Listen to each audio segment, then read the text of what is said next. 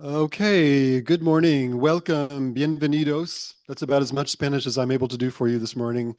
We have a very special speaker today, Katia Padilla from the Latino Task Force. I'll do another introduction for her shortly.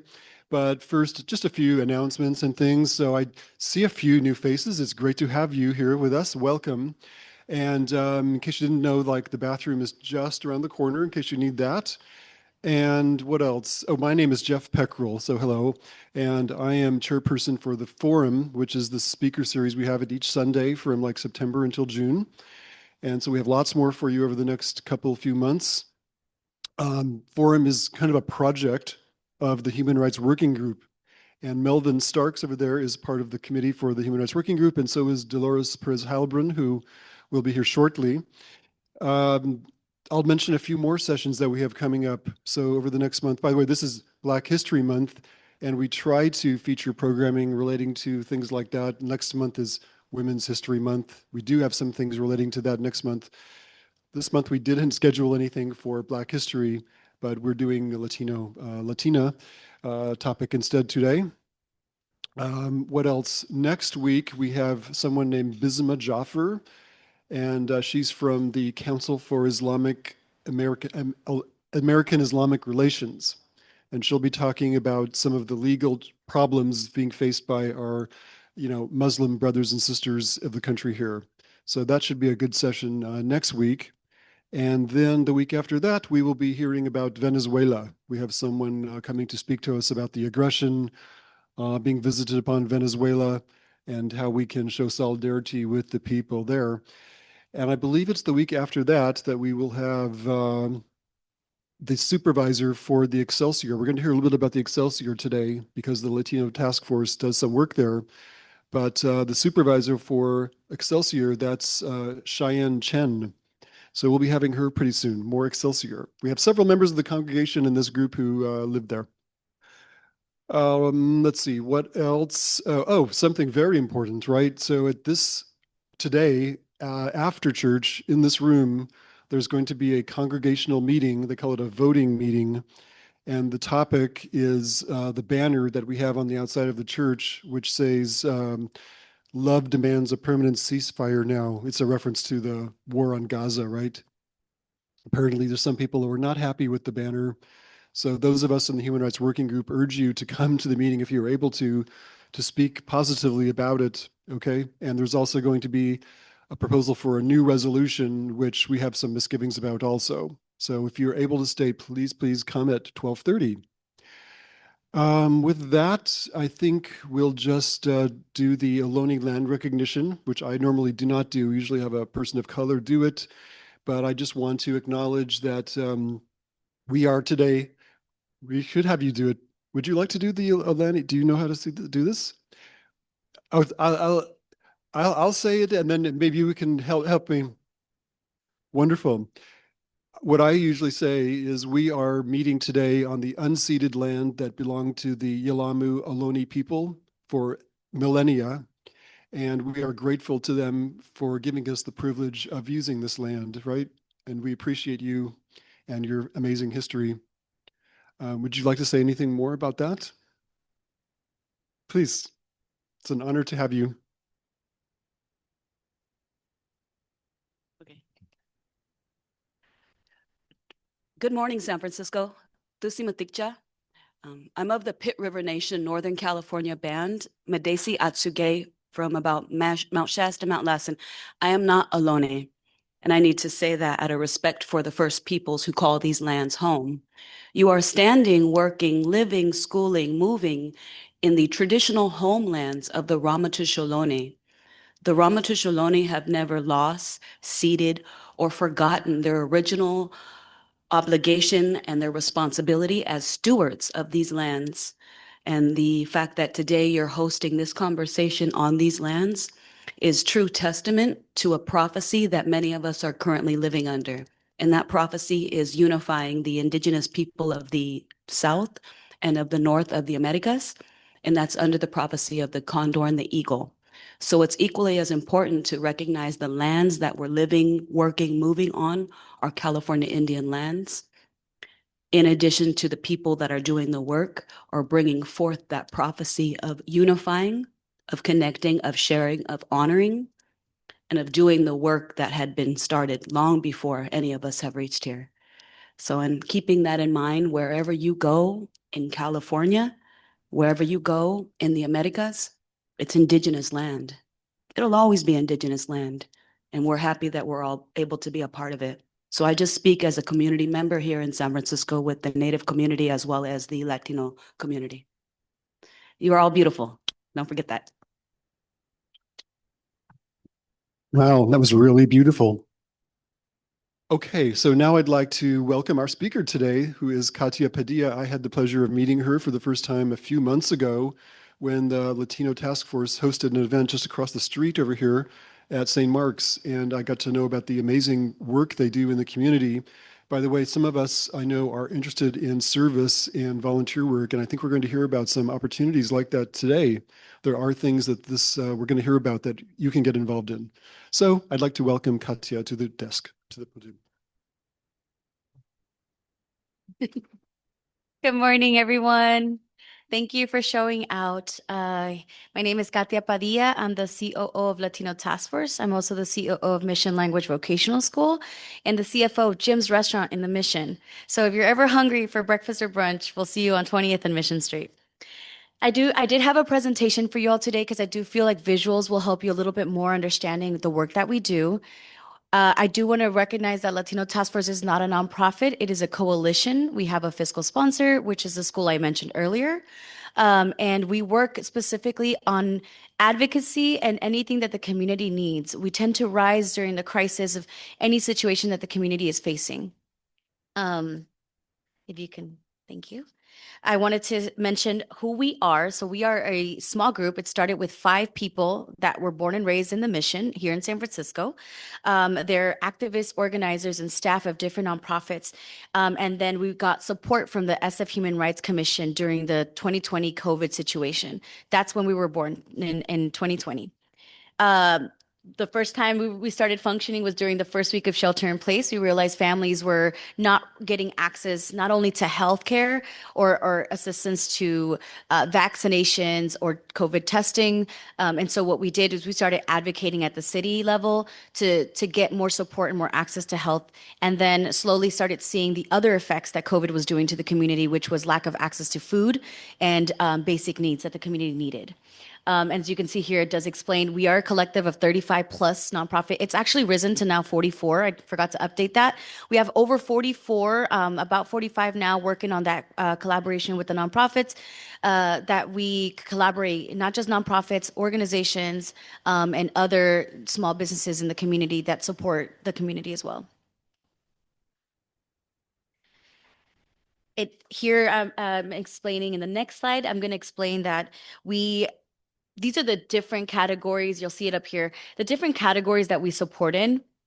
So we're not a specific nonprofit that serves one issue. We focus on whatever the community needs. So like from basic needs to employment support, educational services, economic support, legal services, public transportation like Clipper cards, Lifeline for our elders. We have housing assistance and case management and public benefits. So we don't necessarily support in one way. We're kind of like what we call a hub.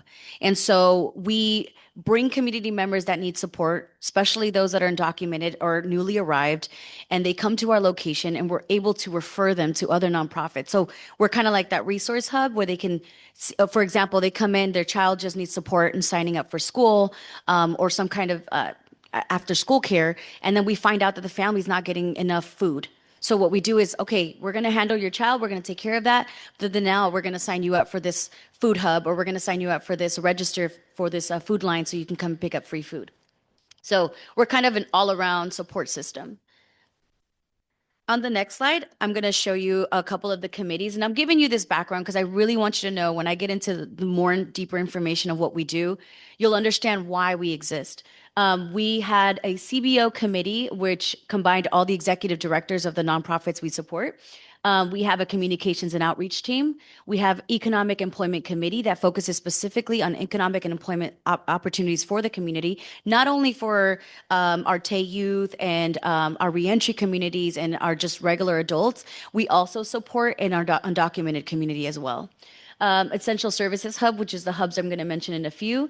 Our education committee supports all around education. So we advocate on city levels and even community level to support whatever it is that is affecting our students.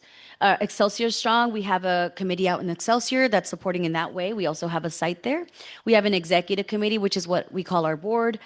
Food and health. We also have our immigration emergency response, which in fact we have some folks from the Unitarian Church that are a part of that. Shout out to Bruce back there.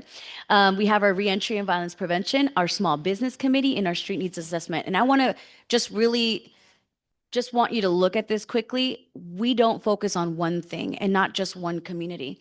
One of the things I want to say, and I know you mentioned this earlier, Jeff, but we serve the Latino, the Black, and the Pacific Islander communities. So we're not limited. We're called Latino Task Force because there was a bunch of Latinos that got together in 2020, but we serve the communities that need it. And in fact, in Excelsior, we have the large Asian community population that we serve as well. We do not turn anyone back. We do not turn anyone around, only because they're not Latinos.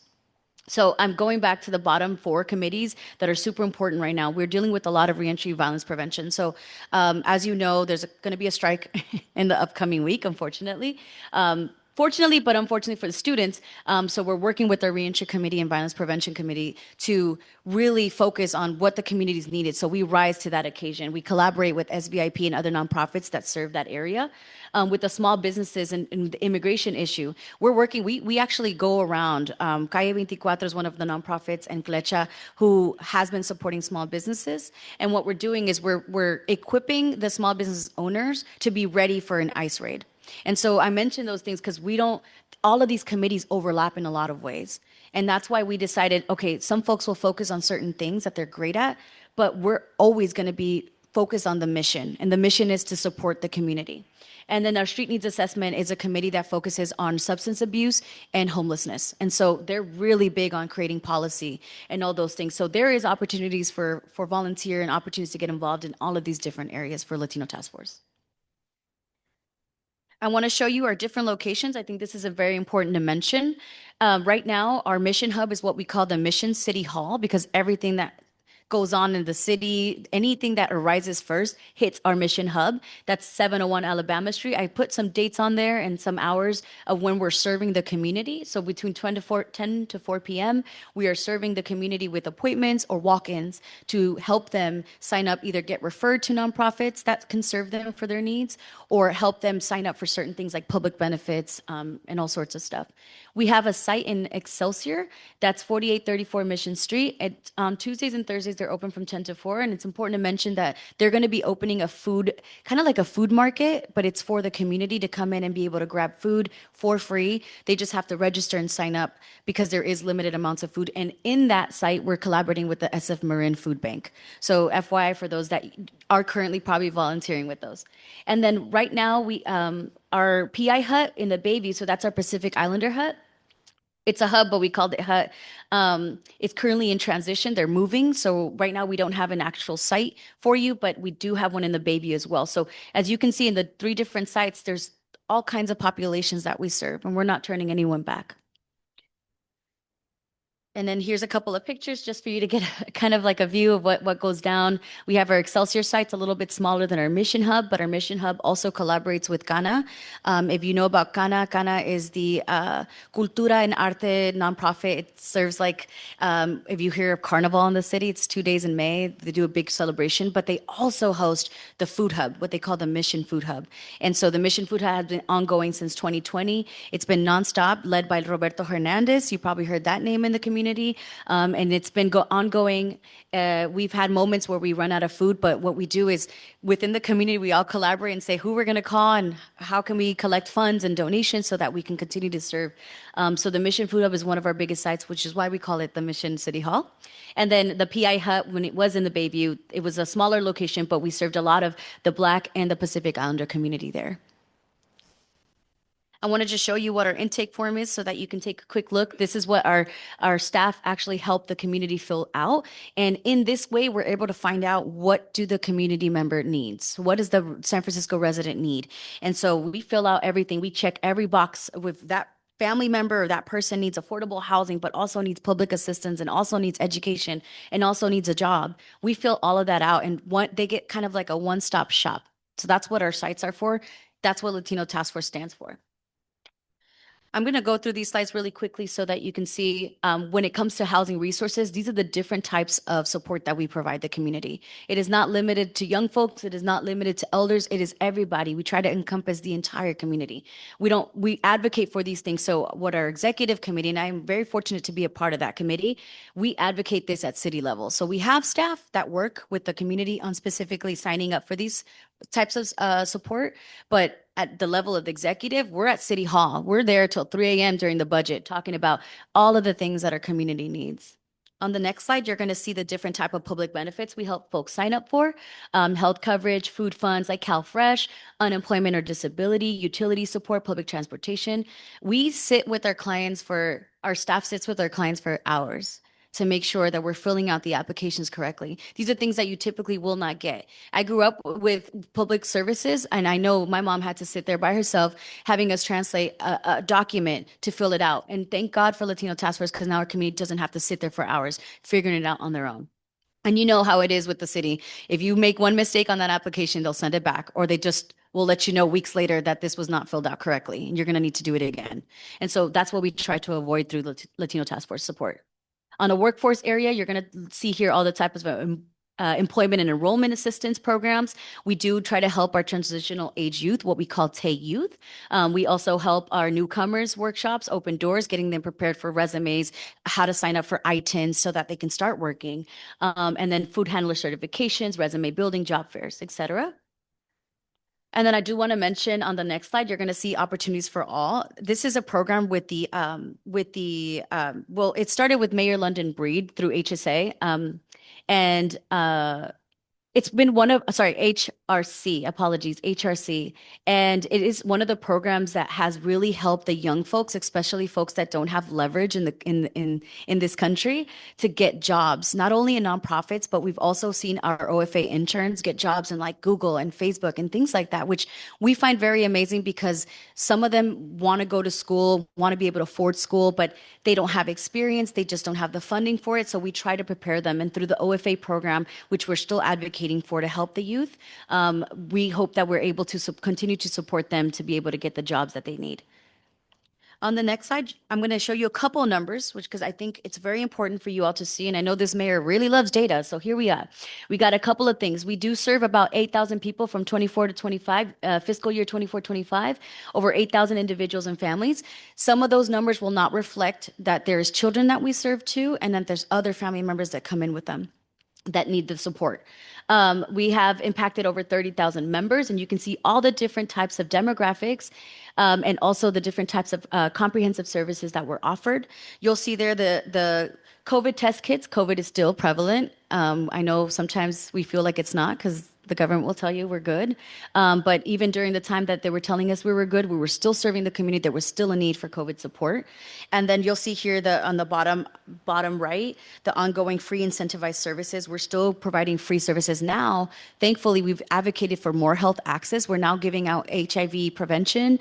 We're giving diabetes testing and all kinds of other testing that our elders also need. And we're doing it for free at our site on 24th Street in CAP. And that is a collaboration with the University of San Francisco as well. Here you're going to see different numbers for employment services and case management impact. I won't go into too much detail, but I do want you to see how important the services that we offer are to the community. It is ongoing. There's not a moment that we get to take a break and say, oh, we're going to close this week. When we close, we get a longer list on the following week. If there is a need to close because of situations like ICE coming to the city or whatever situation, we try to keep our community safe. The following week, we come back and we have a longer wait list. And we're looking at our emails, and everyone's all hands on deck supporting the staff members on the sites to be able to call back and set appointments. On the next slide, you're going to see a couple of housing services. So I'm showing you all of this because I can't tell you that Latino Task Force is an advocacy body without showing you the work that we've done. And I want you to see these numbers so that you realize this is super important. The work that we do, we don't advocate just to advocate for funds. We advocate because there is a need in the community. And with the housing services fiscal year 24-25, we've served over 577 folks that are needing housing related services. And all of this stuff does not happen without funds. And this is why I mentioned again, the executive committee or the board is very like advocacy oriented and also policy oriented. And then here at the end, you're going to see the last slide. I have the website, LTF. It is in Spanish, respuestalatina.com.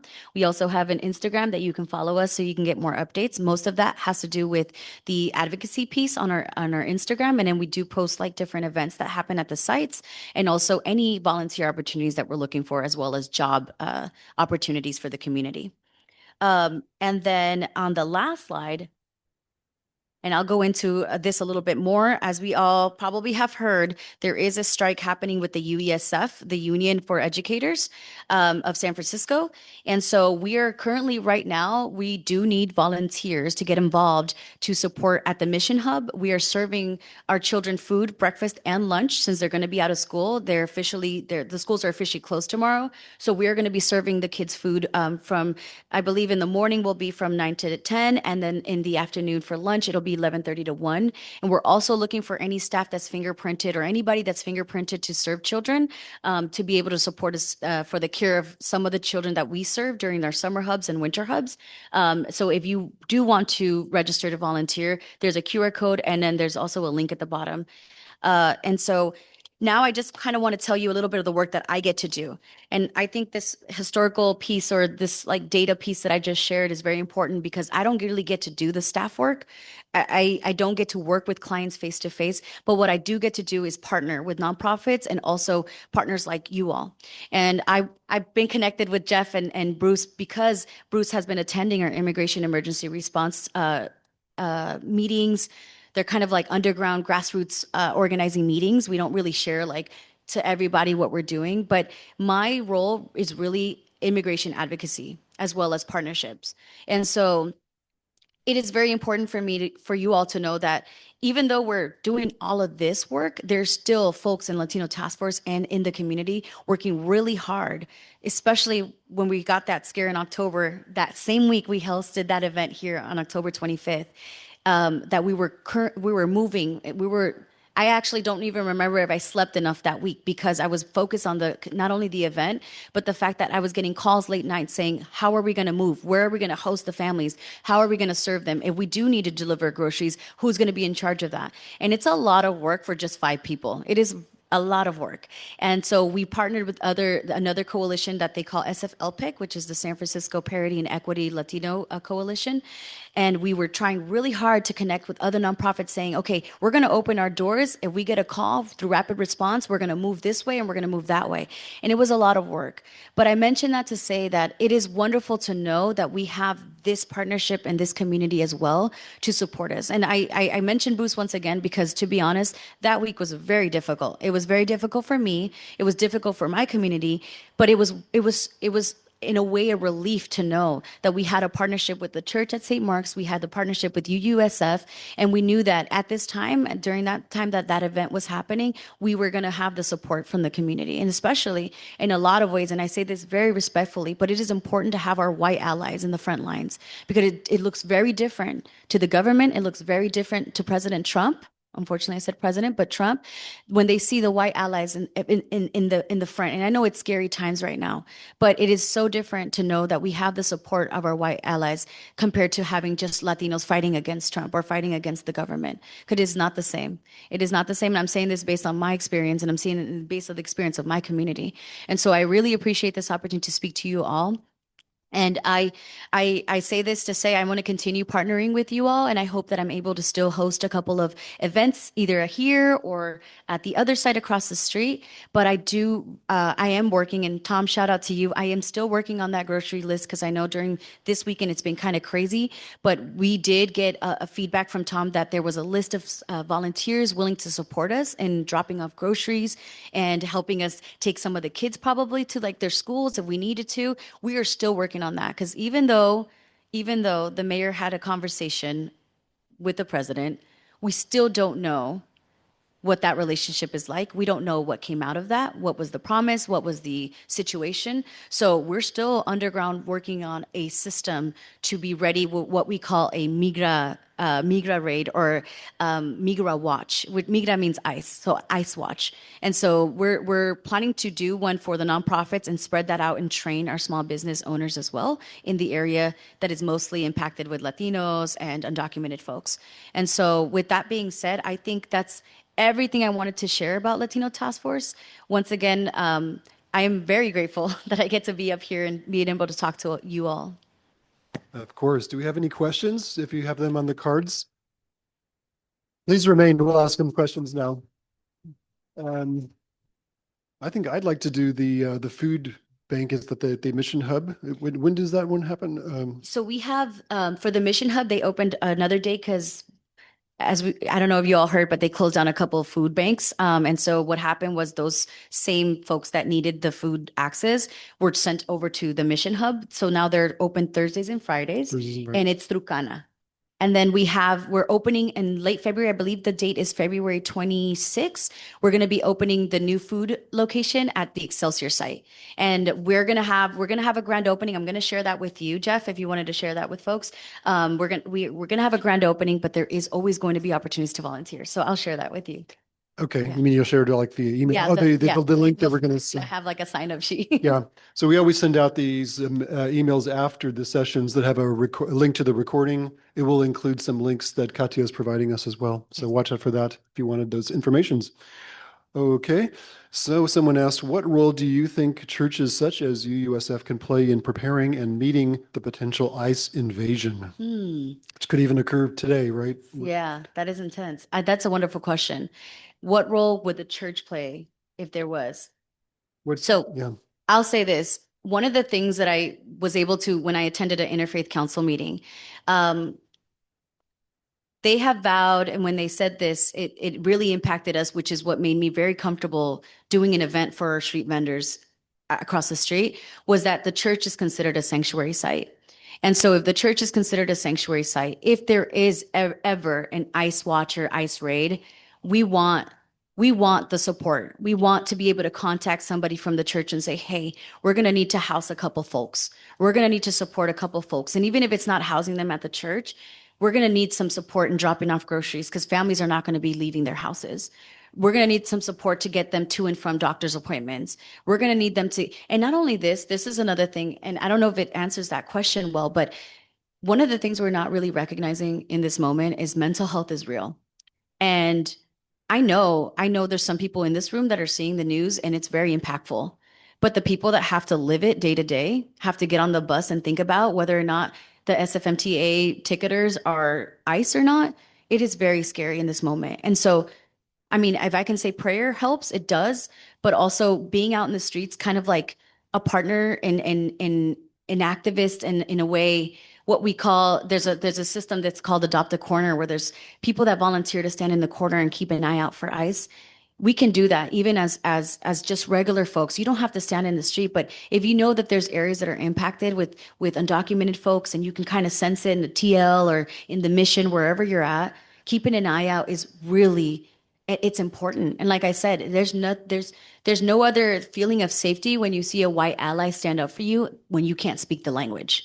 If you see a brother or sister that is having an issue with an SFMTA ticketer or a police person, and they're not speaking their language, that is the moment where we need you to stand up. And so the church can help only so much when we're talking about the site itself, but the members can do a lot. And I think your presence in the community and hearing that you're there for me, or, you know, if you tell me if I'm getting harassed by a cop and I can't speak the language, you say, hey, excuse me, why are you talking to this person this way? That alone makes that person feel better. And so I don't know if that answers the question, but I really hope that helps understand, like, even those little small things of you like, hey, good morning, it makes us feel seen and it makes us feel a little bit safer, just a little bit safer. Do you think that carrying a whistle could be a good thing? Our pastor went to Minneapolis last week and reported back to us that they were encouraging everyone to take one. And I think if you see ICE doing something, Yeah. you can use that. You know what? I'm going to say this. We did through I mentioned these nonprofits earlier, these organizations, Calle 24 and Flecha. They have actually prepped the small businesses and the street vendors with whistles as well, so that if they were to see any type of activity, and this was before that Trump scare we had in October, but we trained them to whistle if they see any type of activity. And so I think it definitely helps. I'm not 100% sure how it is on this area. If you're living in on this area like Geary and Tenderloin area, I'm not 100% sure how well the business, because we can only do so much. So I'm not 100% sure how well folks out here are trained with the whistles, but I know it has helped in the mission. It has helped in Excelsior. Okay, thank you. If friends want to contribute dollars to the Latino Task Force, what is the most effective place to send it? That's a great question. So we have a website. Our website was actually on the last slide before this one. On our website, you'll see a donate button at the top right. I'm also here, and I want to attend more of these events. It is a little bit because we have a fiscal sponsor, which is the Mission Language Vocational School I mentioned. Thankfully, now all our contracts and all our programs are under that nonprofit.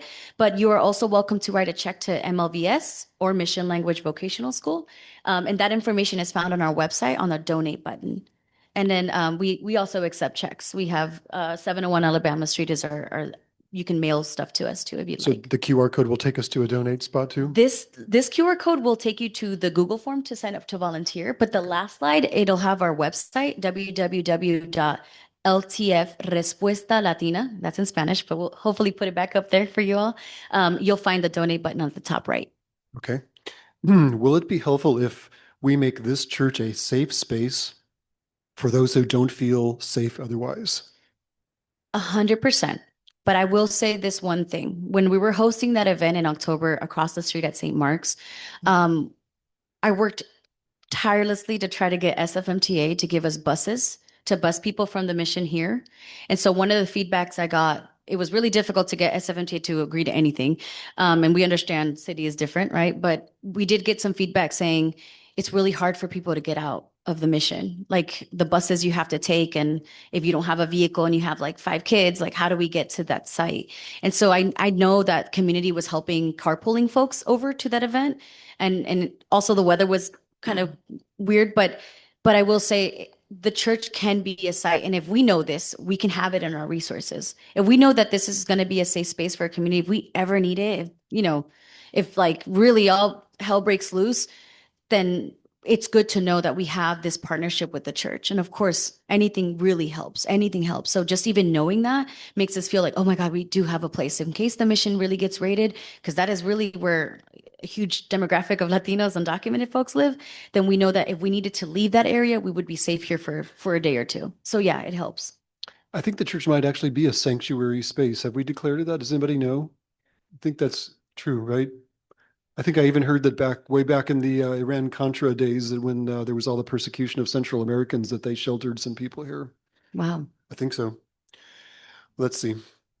From your experience with communities, how prepared do you think SF is to face an ICE invasion? What steps to prepare do you foresee we all need to do? Okay, this is a great question. And I'm going to be 100% honest because I'm in a church and I can't lie. I don't think San Francisco is as equipped as it should be. I think we are the home of a lot of movements here, but for some reason, under this new administration and both administrations, it doesn't feel like there is enough connection to the community that is really needing that level of support from our politicians. And I'm saying this very politely. It has been very hard to connect with the mayor's office to talk about these issues. They have sent us to their staff. They have sent us to OSEA. OSEA is also not as equipped as they need to be. They lost one of their very strong advocates, Rich Whipple, unfortunately, a few months ago, who was super adamant about supporting in this situation with ICE. It's been very hard. And so if I'm honest with you all, it doesn't feel like San Francisco is as prepared as we need to be, but that does not mean that community is not working towards it. And as some of you may have been here through the 80s and 90s, it's always been community. It has always been grassroots organizing. And so Latino Task Force, hopefully that name will continue to ring in your mind when you think about grassroots organizing. We're not going to stop. And even if we don't get funding, we all got a little bit of money in our pockets. We're going to use what we got in our voices to continue fighting for the community. Someone asked me to mention that this church hosts something called Winter Shelter. Mm. So the room where we're standing right now will be made available to folks who are unhoused to sleep overnight for a few weeks, starting, I think, at the end of this month. And they asked, are you aware of any other churches that do something like that? We have had a couple of small churches in the mission that are trying to support. I think it has been very difficult for them too because the majority of their congregation is undocumented, and so what I've noticed when I'm speaking on behalf of our Latino churches, Latino-led churches, it's been very difficult for them to get involved. I think a lot of them are trying to lay low because if you say or do something, even on social media or anything, we know what that backlash looks like. It's happening to journalists right now. It's happening to a lot of people. And so I don't have a lot of partnerships with the churches as much as we need them to be. And so I think, in fact, I think like Bruce and Tom were for the first two churches that arrived in our immigration emergency response. And we're like, oh my God, there's like the lack of connection there with our current like local churches in the mission Excelsior. And we're really working hard in involving them. I know Francisco Herrera has been trying to get involved with some of the leads in the churches near our areas, but it has been super difficult. And I think it's a lot to do with the fact that their congregation is mostly undocumented. Thank you. So you just have a couple more questions. Have you looked at the Dignity Act going through Congress? That's a great question, and I'll be honest, I have not yet. I myself don't know much about it. Would anybody like to? Mm. An Immigration Mm. Reform Act?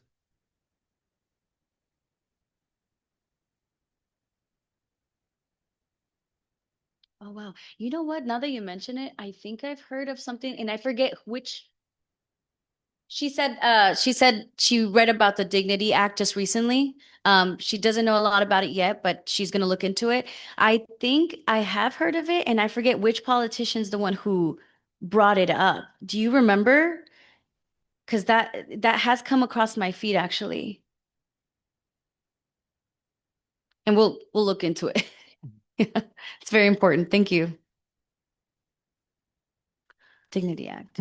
Someone asked about marches. There was like the march from 24th Street BART through 24th Street. Yeah. Does Latino Task Force participate in those? Have a banner or something like that? Yes, we the last few marches that happened in the community, actually like last week, the big one we had on Friday, I was able to MC that event. Typically, I try to get staff to come out, but I'll be real honest with you all, we don't have the enough staffing to get them to come and march with us. So I'm very fortunate to be the spokesperson at the marches and be able to hold the mic because we're really understaffed. We have got budget cuts like large budget cuts for our hubs. And we're trying to minimize as much as we can put our staff out there. Their hours already cut. And so as much as we can serve the community, that's what we're focusing on. It's really hard to be an advocate and a community service person at the same time. And so I have been the face to a lot of these movements. You'll probably have heard me I guess yelling at the mic at the marches and protests. But yes, we have been involved in the last, especially the last few marches that have happened in January and February. Someone said, I see more and more storefront churches, really small ones, in the Excelsior. Do you have a sense for how they view things? For example, Trump, ICE, immigration, and so on. Can you repeat that first? Storefront churches in the Excelsior, like little shops that have Uh-huh. become small churches.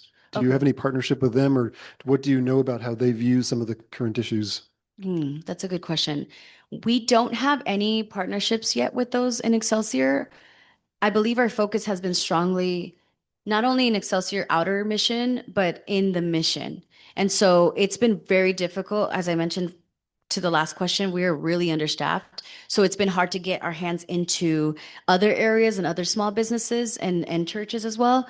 So we're trying to build a little bit more of a network in that sense to get more folks involved in the Latino Task Force. But right now it feels like we're focused more on action than we are in like, if you want to join us now. But we're really focused on policy advocacy, fighting for people's rights, being on the streets, and also serving the community. It's been really, I think, I'll say this. When I was brought on last year in February, this is my full year being back in San Francisco. I moved from LA. My focus was to start more collaborations and partnerships, but my position really You heard I'm the CEO of two organizations, CFO of a restaurant that we bought. It is really hard to do all those three things and still do the role that I was supposed to come and accomplish here.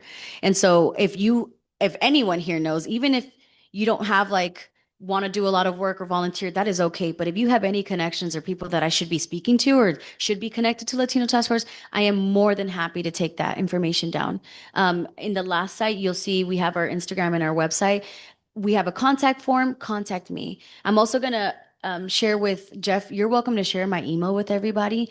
It is so much easier that way than me having to go in person because I'm going to be at City Hall in the morning and then I'm going to be at the mission site serving kids tomorrow. And it's like, that's how we move. And it feels great when you're doing it, but when you go home and you're all tired, you're like, oh my God, I did not realize I had to be at 3 different sites today. And then tomorrow morning, I got to wake up and do this. So really, I have been in the face of dealing with partnerships. So if anyone knows of anyone I should be contacting, I am more than open to take that information down. Okay, I think those were all the questions. I think I have one more. You mentioned kind of in passing the labor negotiations happening with the school district. Yes. Would you say a little bit more about that and what the Latino Task Force position is on that? We are supporting UESF and we support the teachers. They are we say the children of the future, but without the teachers, we don't have a future. And so we are supporting the teachers. That's our stance right now with the UESF strike. And the reason why we not only support the teachers is because they serve the students of our community members. And so the biggest example is the fact that we're serving food tomorrow and we're going to continue to serve food. We're partnering, we're trying to push DCYF to provide the food source. And if they can't, I've actually got calls because I run that restaurant that's owned by community. They were telling me that maybe in the morning, if we don't get that food on time, we're going to order burritos from the restaurant. And so it'll be my job to wake up at 7 o'clock and make sure that the restaurant has enough for 300 students. And so we're saying this to say that if anytime our community is impacted, we're always going to be on the community side. It does not matter. It does not, especially the children, it does not matter what the people think about the situation. If children are affected, if community members that cannot speak up for themselves are affected, we're going to be on the right side of that movement. Thank you. We have one more question. Could you explain what Jim's Restaurant does in the community? Yes. Do you need more people from the city at large to patronize Jim's? Oh my God, yes. Yes, we do. So this restaurant is actually owned by the nonprofit that I work with, Mission Language Vocational School. Just a quick background, MLVS is a school that provides vocational training. One is culinary training. The second is medical assistant training.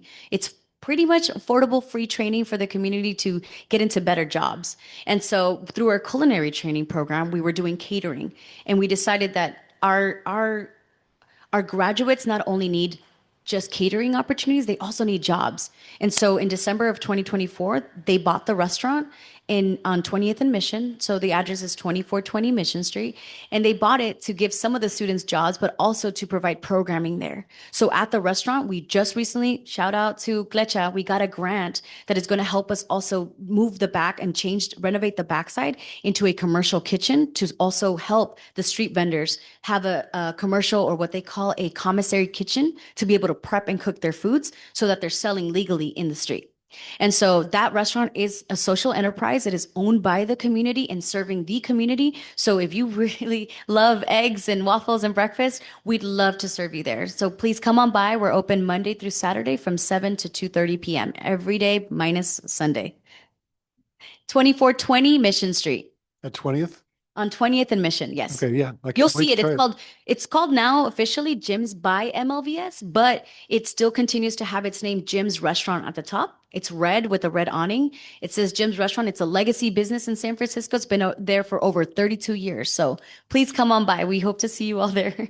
It's like a little commercial. I can't wait to try it. Yes, please.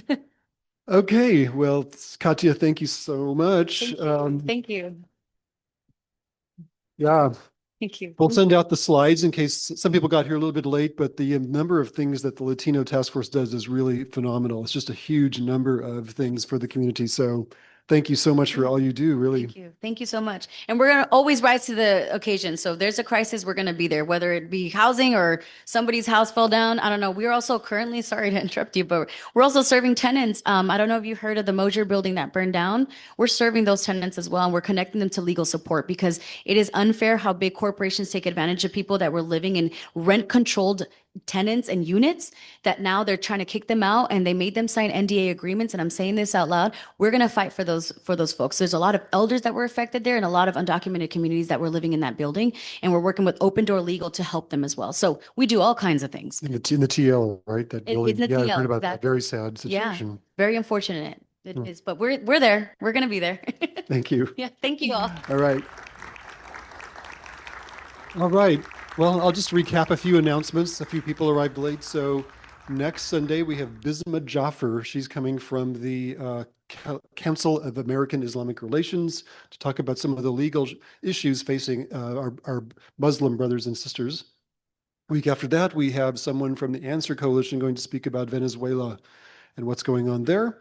And I think we have a week off, and then we'll have, I believe it's after that is when we have the supervisor from the Excelsior, Cheyenne Chen, will be coming. And that will take us then into Women's History Month, and we have a lot of great stuff for you in March.